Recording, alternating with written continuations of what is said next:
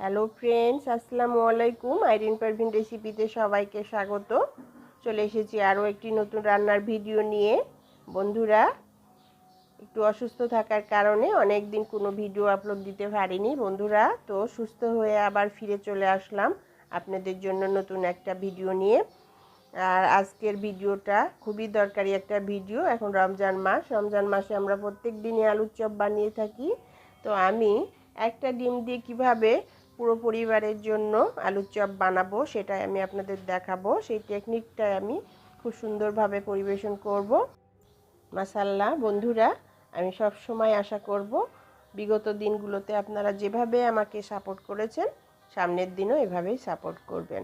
তো বন্ধুরা, এভাবেই সাপোর্ট করার জন্য আপনাদেরকে অনেক অনেক ধন্যবাদ। চলুন বন্ধুরা, রেসিপিটা কিভাবে বানাবো সেটা আপনাদের সাথে শেয়ার করি। এখানে আমি 4টা আলু নিয়ে নিয়েছি এবং একটা ডিম নিয়ে নিয়েছি। আর এই একটা ডিম দিয়েই আমি পুরো পরিবারের জন্য ডিমের আলুর চপ বানাবো। আর আলুগুলোকে আমি সিদ্ধ করে নিয়ে ঠান্ডা করে ম্যাশ করে নেব। এখানে আমি কিছু ম্যাশ পটাটো নিয়ে নিয়েছি। আলুটা আমি সিদ্ধ করে ম্যাশ করে নিয়েছি, ঠান্ডা করে নিয়েছি। এরপর এখানে একটা পেঁয়াজ কুচি নিয়ে নিয়েছি, 4টা কাঁচামরিচ কুচি নিয়ে নিয়েছি, আর কিছু ধনেপাতা কুচি নিয়ে নিয়েছি। কাঁচামরিচ আর পেঁয়াজটাকে 1/2 চামচ লবণ দিয়ে একটু ভালো করে মাখিয়ে নিব। পেঁয়াজ এবং কাঁচামরিচের সাথে ম্যাশ আলুটা ভালো করে মাখিয়ে নেব। এখানে 1 টেবিল চামচ সরিষার তেল অ্যাড করে দিলাম। সরিষার তেলটা দিয়ে খুব ভালো করে মাখিয়ে নেব এবং এটার সাথে ধনেপাতা দিয়ে সব কিছু একসাথে খুব ভালো করে মাখিয়ে নেব।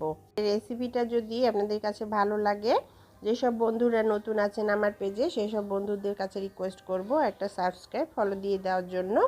আর যেসব বন্ধুরা সাবস্ক্রাইব ফলো দিয়েছেন তাদেরকে অসংখ্য ধন্যবাদ। ভালো করে মাখিয়ে নিয়ে লবণটা টেস্ট করে নিলাম। তো আর কোনো লবণ লাগবে না, একদম পারফেক্ট হয়েছে ভর্তাটা। আলু ভর্তাটা মাখানো হয়ে গেলে এখানে আমি একটা ডিম ঝুরি করে রেখেছিলাম। এই ডিমের ঝুরিটা আমি এখানে আলু ভর্তাটার মধ্যে দিয়ে দিব। বন্ধুরা, একটা ডিম দিয়ে এভাবে বেশি আলুর ভর্তার সাথে এভাবে মিশিয়ে নিয়ে আমরা অনেকগুলো আলু ডিমের চপ বানিয়ে নিতে পারি। তো এখানে ভালো করে মিশিয়ে নেওয়া হয়ে গেল। এখান থেকে অল্প অল্প করে আলু ভর্তা নিয়ে হাতে গোল করে একটা চপের আকার দেব। এভাবে আমরা গোল করেও বানিয়ে নিতে পারি আলুর চপগুলো। এই রেসিপিটা ভালো লাগলে বেশি বেশি করে ফ্রেন্ডস ফ্যামিলির সাথে শেয়ার করুন বন্ধুরা। আরও একটু নিয়ে আমি দেখাচ্ছি। তো আমি এখানে একটু ডিম্ব আকৃতির করে আলুর চপগুলো বানাবো। যার যার পছন্দ মতো যে কোনো শেপ দিতে পারে। তো আমি ডিম্ব আকৃতির মতো এভাবে আলুর চপগুলো সব বানিয়ে নেব। আলুর চপগুলো সব বানিয়ে নেওয়া হয়ে গেছে। আর এরকমভাবে বানিয়ে নিয়েই আমরা ডিপ ফ্রিজে রেখে দিতে পারি পুরো রমজান মাসের জন্য। এখানে আমি একটা বাটি নিয়ে নিয়েছি আর এখানে চায়ের কাপ দিয়ে মেপে এখানে 1 কাপ বেসন নিয়ে নিলাম। আর 1/2 চামচ লবণ দিয়ে দিলাম। এখানে 1/2 চামচ বেকিং পাউডার দিয়ে দিলাম। 1 চামচ চাউলের আটা দিয়ে দিলাম। দিয়ে ভালো করে এটার সাথে মিশিয়ে নিলাম। অল্প করে পানি দিয়ে একটা ঘন বেটার বানিয়ে নিব। আর পানিটা অল্প অল্প করে দিলেই বেটারটা খুব ভালো হয়, না হলে পাতলা হয়ে যাওয়ার চান্স থাকে। 1/2 চামচ মরিচের গুঁড়ো দিয়ে দিলাম। 1/2 চামচ ধনে গুঁড়ো দিয়ে দিলাম।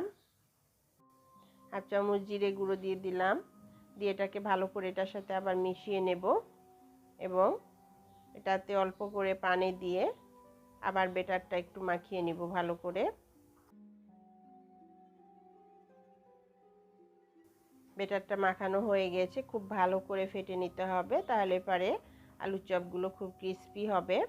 বেটারের ঘনত্বটা কেমন হয়েছে দেখতেই পাচ্ছেন বন্ধুরা। এবার আমি চুলায় একটা প্যান বসিয়ে দিলাম আর এটাতে বেশি করে তেল দিয়ে দিলাম। তেলটা গরম হয়ে আসলে এখান থেকে আমি 2 টেবিল চামচ গরম তেল তুলে নিয়ে এই বেটারটার মধ্যে দিয়ে দিব। দিয়ে আবার বেটারটা ভালো করে ফেটে নিব। তেলটা বেটারের সাথে ভালো করে মাখিয়ে নেব। আর এভাবে গরম তেল বেটারের মধ্যে দিলে খুবই ক্রিস্পি হয় আলুর চপগুলো। এটা ভালো করে মাখিয়ে নেওয়া হয়ে গেছে।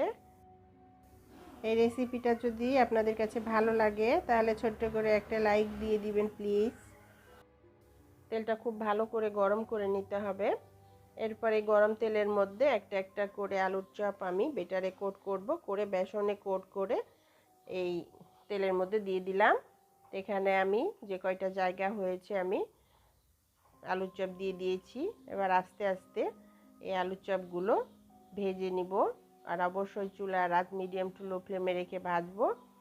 চুলার আঁচ বাড়িয়ে ভাজলে উপরের লেয়ারটা কালার চলে আসবে, ভাজা হয়ে যাবে, কিন্তু ক্রিস্পি হবে না। তো ক্রিস্পি করে ভাজতে হলে অবশ্যই মিডিয়াম টু লো ফ্লেমে ভাজতে হবে। এক পিসটা ভাজা হয়ে গেছে, আমি আলুর চপগুলো উল্টিয়ে দিয়ে অপর পিসটাও ভেজে নেব। অপর পিসটাও সুন্দর করে ভাজা হয়ে গেছে। আলুর চপগুলো গোল্ডেন ব্রাউন কালার হয়ে গেছে এবং ক্রিস্পি হয়ে গেছে।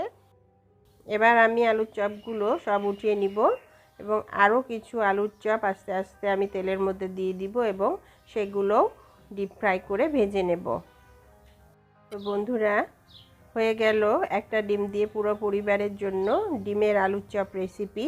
আর এভাবে আমরা বানিয়ে রমজান মাসের জন্য 1 মাসের জন্য ফ্রোজেন করে রেখে দিতে পারি ডিপ ফ্রিজে।